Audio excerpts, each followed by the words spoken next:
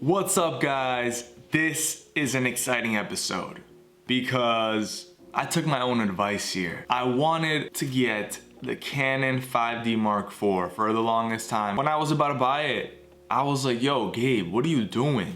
Like, you're telling everybody to step out of their comfort zone and don't be a square, and that's what'll help them progress their career, to get uncomfortable and to not be so much of a traditional guy, like when it comes to photography.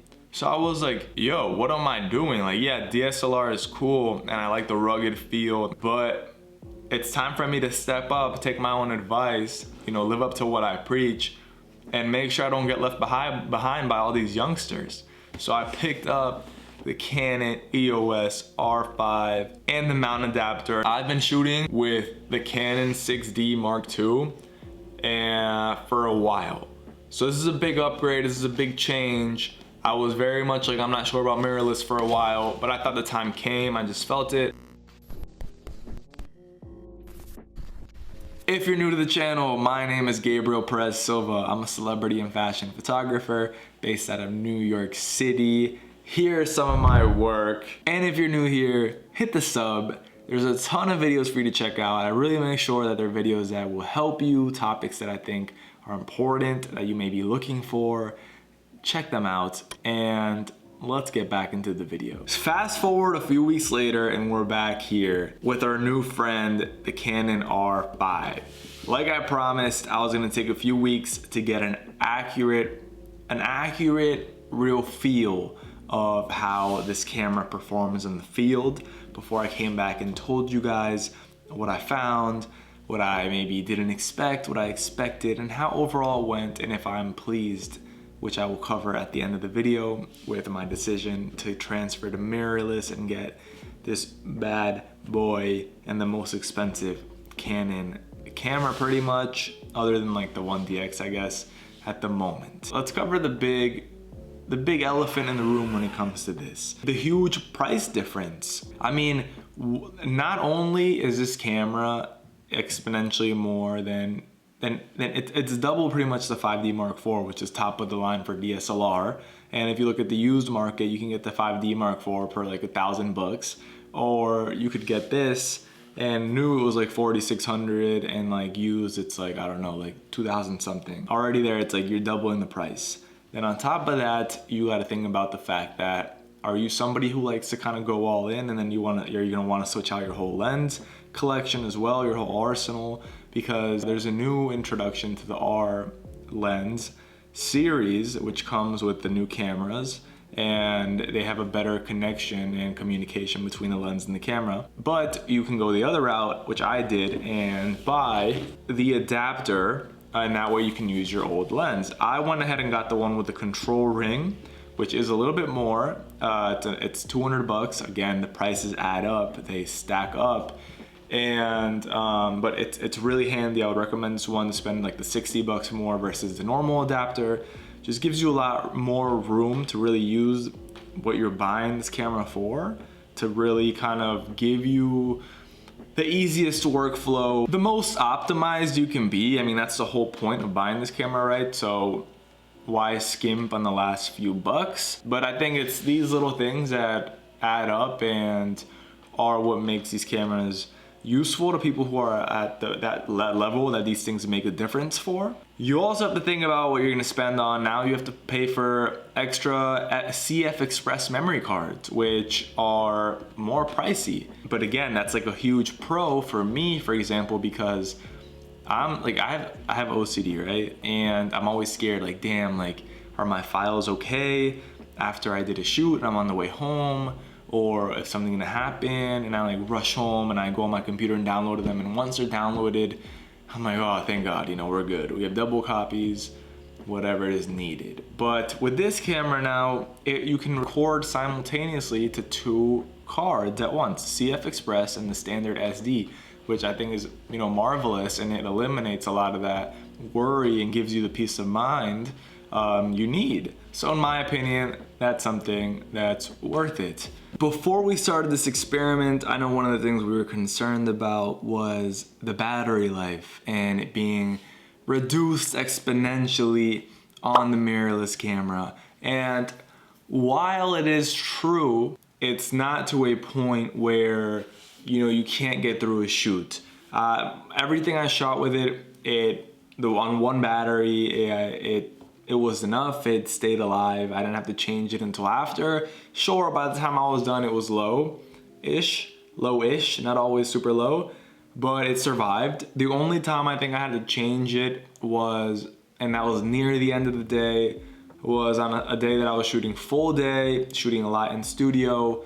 So it makes sense. Any battery would have taken a hit. It does go down faster, noticeably, but it should be noted that it's not like you can't shoot on one battery. Of course, I would bring another one in case, but you can do a shoot on one battery. That's just something to note. Another thing is, you know, these two things are gonna be kind of neutral. For some people, it'll be more of something they wanna hear about. For example, you can put this camera completely silent when it's shooting, because since the shutter doesn't open and close like a DSLR camera, which is a digital single reflex camera, you know, you can actually put this in completely silent mode, which could be great for, you know, more noise sensitive things like events, conferences, I don't know. For me, I don't typically use it much. I like to feel like the camera is working and doing what it's here to do, you know? And that's kind of why I like the 5D. I like that hard, rugged, you know, pause. Maybe it's not like that, but like, you know, cha cha. You know, I like the noise it makes when it clicks the shutter. So I keep mine on full loud mode.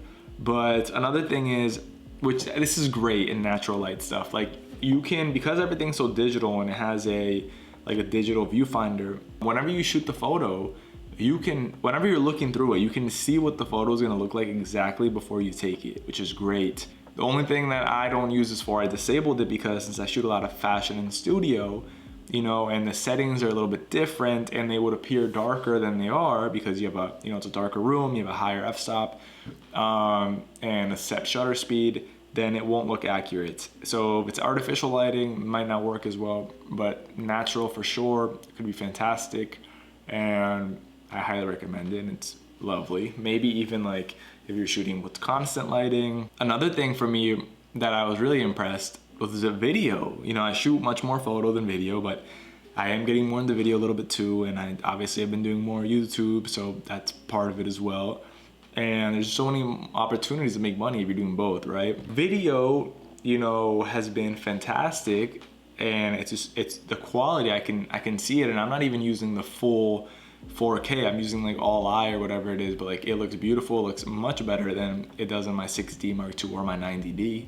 I feel much more confident kind of doing video projects now too with other people, because I really feel like the image has really gotten a lot better. I haven't used it yet with my RSC2 gimbal. I'm pretty sure that it would work. I would use it with my 51.2 probably, and I can imagine that it would work because this camera is not as heavy as other cameras. If you've done it before, let me know in the comments if it's worked for you. I think it would, and I'll probably try that soon, but it'll probably be kind of like the top max weight possible. But these cameras are also a bit lighter, which, you know, it helps because, you know, if you're carrying a 5-pound weight or whatever for like hours, obviously it's gonna start causing some strain on your back, your arms, your shoulders, you know, your traps, and that's not great. But something like this, which is a little bit, it's lighter, you know, that makes a difference over time. The only thing is, in that regards, is that because the 5D is a bit more robust and a little bit more heavy duty, it's known for being kind of a tank and can get more of a hit. I'm not saying go throw your thing around like a football, but these since they're a little bit, not fragile is the right word, but a little bit less robust, you just gotta be a little more careful, and there's obviously more digital elements to it, which, you know, you just gotta be careful with. But it is weather sealed, it is weatherproofed, all of these great things. So I'm pretty confident, and I don't worry about the camera getting injured or getting hurt or any of these things. I feel like this camera is actually, it gives me the confidence that it's a tool that is gonna perform, it's gonna have the backups it needs, and it's just gonna, you know, it's gonna be able to toss that Hail Mary when the time comes to toss it, if you get what I'm saying. Some other things that I love and really found useful about this camera while I was shooting on the field was eye tracking. With this camera, you know, when you use DSLRs and you work with a lot of people, a lot of portraiture, a lot of fashion, a lot of editorial, there's a lot of movement, people are moving poses, and it's sometimes, even if the image is sharp, you can zoom in, it's a little bit soft, slight blur. Obviously you want to get your shots as sharp as you can unless it's like an intentional thing. Well, this camera has a feature where you can set the frame, like the tracking, to follow the eye, to follow the face, and it's a really great, I would say that at least, I mean, I'm not gonna say 100 because that's like probably impossible, but at least 90% of the shots were sharp compared to like when you're with a DSLR. I mean, it's much less. I mean, I would even venture to say a lot more than 90%. I'm just being conservative here with it. That's extremely helpful if you're working with again, people or a moving subject.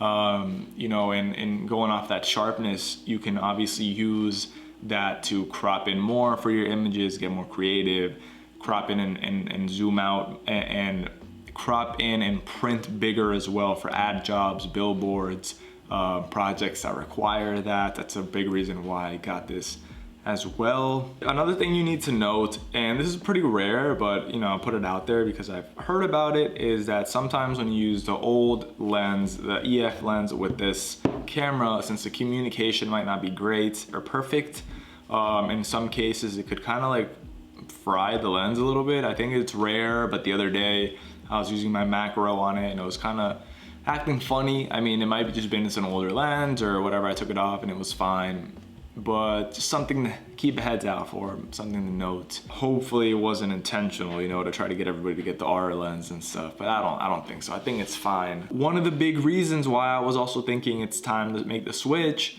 is because, you know, and I originally wanted to wait for the 5D Mark V, as everybody's waiting for and all hype about, but as we soon found out, the Canon 5D Mark V was not coming because Canon decided to move all its funding and all its investments and technological advancements and research into progressing now the mirrorless lines. So there will really be more any of DSLR top line to follow after the Canon 5D Mark IV. That's kind of it. And you got to stay with the times, right? I mean, you can't be one of those photographers who got left behind when film switched to digital because they were being so hard-headed and said, oh no, you got to be a traditional photographer, Puritan. It's the only way to do it. Nah, we don't do that here, am I right? I almost did, but I caught myself, and that's why I made myself, you know, snap out of it in the last minute. I already had it in the cart, dude. In the last minute, I was like, you know what am I doing? I'm gonna go for the R5, you know? The only thing was dropping that double guap, but now after reviewing all of these things regarding this camera, I guess, you know, the main question of the day, do I regret my decision or am I happy with it? And that comes with a few notes in itself.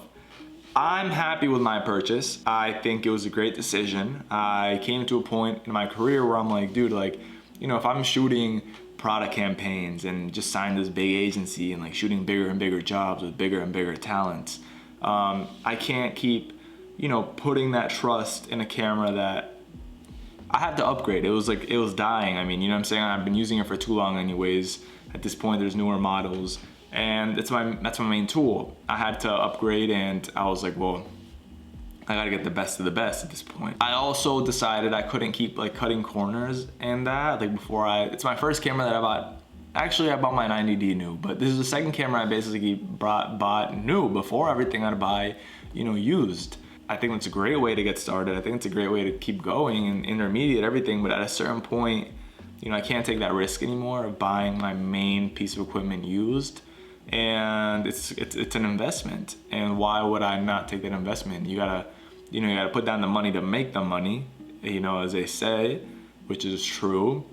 And the certain things that for me make a difference have made a difference. But you don't just buy something because it's new and hype, you know. It's like when the iPhone comes out, I don't go buy the new one. I wait a little while so I need the new one, which is essentially what I did here. That 6D to this is a mighty jump. which also allows me to take advantage more of the features that come with it. That being said, would I recommend it to everybody? No, because you don't, if you're a hobbyist, especially if you're starting out, you don't need to drop 4,600 bucks, dude, you know? There's plenty of magnificent cameras. The 5D Mark IV, you don't even have to buy that one. You can buy the 6D Mark II, is a great camera. I had great experience with it. And you can find that used for less than 1,000 bucks, probably. I mean, it retails for like what, 1,300?